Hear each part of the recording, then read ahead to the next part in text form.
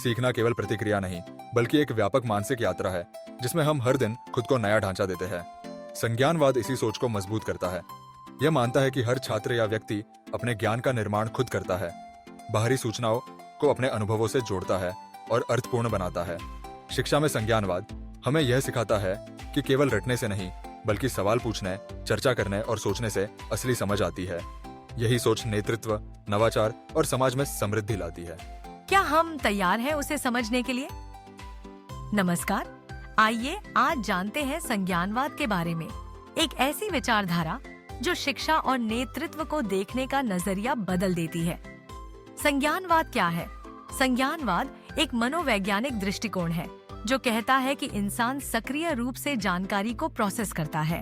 वो सोचता है, समझता है और नया ज्ञान गढ़ता है। यह थ्योरी दिमाग की प्रक्रियाओं जैसे ध्यान, स्मृति, तर्क और समस्या समाधान पर केंद्रित है। यह मानती है कि सीखना केवल बाहरी प्रभावों का नतीजा नहीं, बल्कि आंतरिक सोच की क्रिया है। इंसान न केवल जानकारी ग्रहण करता है, बल्कि उसे संरचित और अर्थपूर्ण बनाता है। प्रमुख विचारक और उनके योगदान। जॉन पियाजेट, उन्होंने बच्चों की संज्ञानात्मक विकास को 4 चरणों में बांटकर बताया कि कैसे सोच समय के साथ विकसित होती है।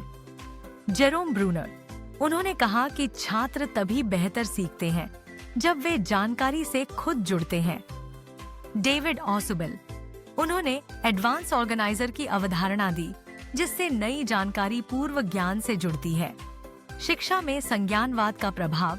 एक प्रभावशाली शिक्षक यदि संज्ञानवाद को अपनाता है तो छात्र के सोचने और समझने की प्रक्रिया को केंद्र में रखता है। प्रश्नों और संवाद के जरिए सीखने को सक्रिय बनाता है। पहले से मौजूद ज्ञान को नई जानकारी से जोड़ता है। रचनात्मकता और जिज्ञासा को प्रेरित करता है।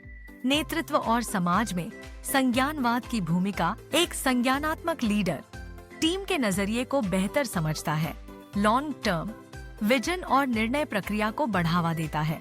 संवाद, सोच और मूल्य आधारित निर्णय को महत्व देता है। संगठनात्मक सीख और नवाचार की संस्कृति बनाता है। संज्ञानवाद हमें सिखाता है कि शिक्षा का असली उद्देश्य जानकारी देना नहीं, सोच को जागृत करना है। तो आइए अपने विचारों को नया आकार दें और सीखने को एक अर्थपूर्ण अनुभव बनाएं। सोचिए, समझिए और फिर बदल दीजिए पूरी दुनिया।